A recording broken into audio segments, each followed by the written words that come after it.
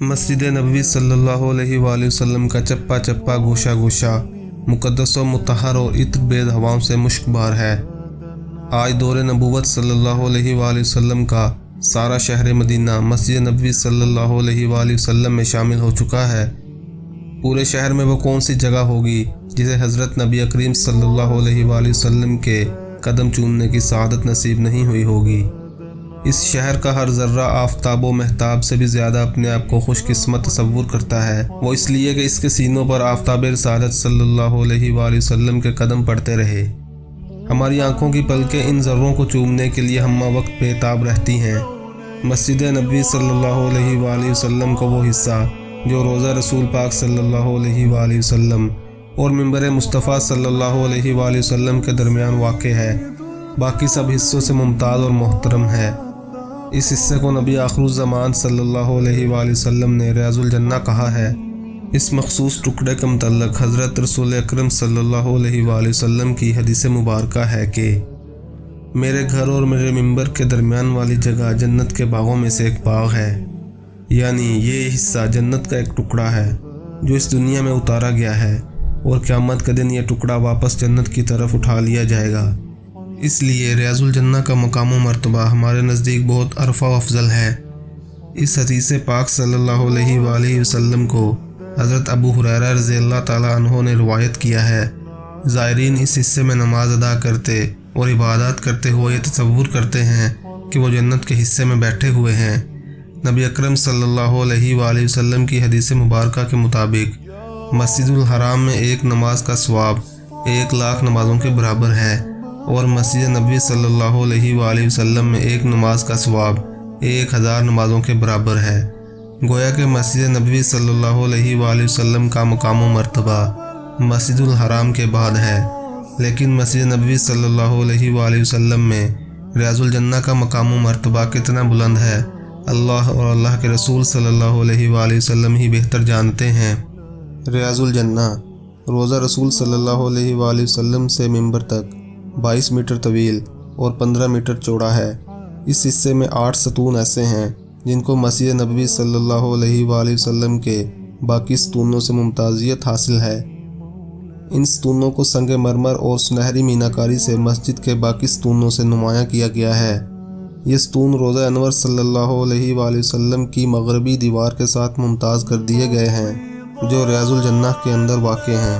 مسجد نبوی صلی اللہ علیہ وآلہ وسلم میں باب جبریل سے داخل ہوں تو تھوڑے فاصلے پر بائیں ہاتھ روضہ اطہر اور منبر رسول اللہ صلی اللہ علیہ وآلہ وسلم کے درمیان واقع زمین کا ٹکڑا ریاض الجنہ کہلاتا ہے۔ ریاض الجنہ میں موجود یہ 7 ستون جن کی تفصیل کچھ یوں ہے۔ ستون حنانہ، یہ ستون محراب نبی صلی اللہ علیہ وآلہ وسلم کی پشت کے ساتھ ملا ہوا ہے۔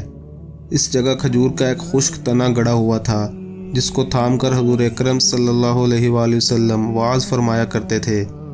جب آپ صلی اللہ علیہ وآلہ وسلم کے لیے منبر تیار ہوا اور آپ صلی اللہ علیہ وآلہ وسلم نے اس پر بیٹھ کر خطبہ ارشاد فرمایا تو یہ تنا تاب فرقت نہ لاتے ہوئے آہو بقا کرنے لگا۔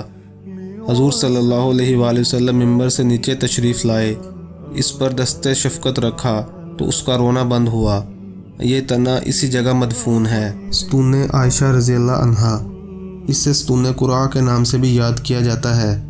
حضور صلی اللہ علیہ وآلہ وسلم نے ایک بار ارشاد فرمایا کہ اس ستون کے پاس ایک زمین کا ٹکڑا ایسا ہے کہ اگر میں اس کو ظاہر کر دوں تو وہاں اتنا ہجوم ہو جائے کہ وہاں نماز پڑھنے کے لیے قرعے نکالنے پڑیں۔ کہتے ہیں حضرت عائشہ رضی اللہ عنہا کو وہ جگہ معلوم تھی اور آپ رضی اللہ عنہ نے اپنے بھانجے ابن زبیر رضی اللہ عنہ کو بتائی تھی۔ جب دیگر صحابہ کرام رضوان اللہ علیہم اجمعین نے ان کو دیکھا تو وہ ستون سے ذرا دائیں ہٹ کر نماز پڑھ رہے تھے۔ ستون ابی لبابہ، اس کا دوسرا نام ستون توبہ ہے۔ ستون عائشہ رضی اللہ عنہا کے بائیں طرف ہے۔ ایک صحابی حضرت ابو لبابہ رضی اللہ عنہ نے اپنی کسی لغزش کی بنا پر اپنے آپ کو ستون سے باندھ کر قسم کھائی تھی کہ جب تک حضور صلی اللہ علیہ وآلہ وسلم اپنے دست مبارک سے نہ کھولیں گے بندہ رہوں گا۔ اللہ تعالیٰ نے ان کی غلطی معاف فرما دی تو حضور صلی اللہ علیہ وآلہ وسلم نے ان کو کھول دیا۔ ستون سریر، سریر چارپائی کو کہتے ہیں۔ حضور صلی اللہ علیہ وآلہ وسلم اعتکاف کے لیے مسجد میں قیام فرماتے تو اسی جگہ چارپائی بچھاتے تھے۔ ستون حرص، حرص کا معنی پہرا، نگرانی یا حفاظت ہے۔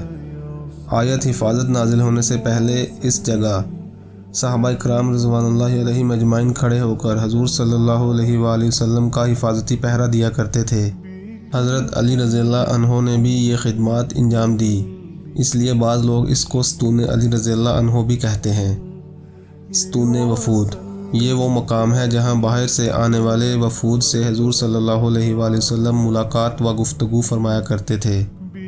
ستون تہجد، یہ وہ جگہ ہے جہاں حضور اکرم صلی اللہ علیہ وآلہ وسلم تہجد ادا فرمایا کرتے تھے۔ یہ جگہ صفہ شریف کے بالکل سامنے قبلہ کی سمت ہے۔ ستون جبرائیل علیہ السلام، یہ وہ مقام ہے جہاں آپ صلی اللہ علیہ وآلہ وسلم کی جبرائیل علیہ السلام سے ملاقات ہوتی تھی۔ وصال سے قبل رمضان مبارک میں حضور صلی اللہ علیہ وآلہ وسلم نے جبرائیل علیہ السلام کے ساتھ قرآن کا دور بھی اسی جگہ فرمایا تھا۔ ریاض الجنہ میں ترکوں کی بنائی ہوئی ایک محراب ہے۔ اس محراب پر محراب نبی صلی اللہ علیہ وآلہ وسلم لکھا ہے۔ اس کے متعلق مشہور ہے کہ یہاں کھڑے ہو کر حضور صلی اللہ علیہ وآلہ وسلم امامت فرماتے تھے، مگر یہ صحیح نہیں۔ اس محراب کا دایاں ستون ہے جس کے اوپر لکھا ہے ھذا مصلی النبی صلی اللہ علیہ وآلہ وسلم۔ دراصل حضور صلی اللہ علیہ وآلہ وسلم کے امامت فرمانے کی جگہ یہی ہے۔ ریاض الجنہ کے دائیں کنارے پر ممبر ہے۔ یہ ممبر بھی ترکوں کا بنایا ہوا ہے۔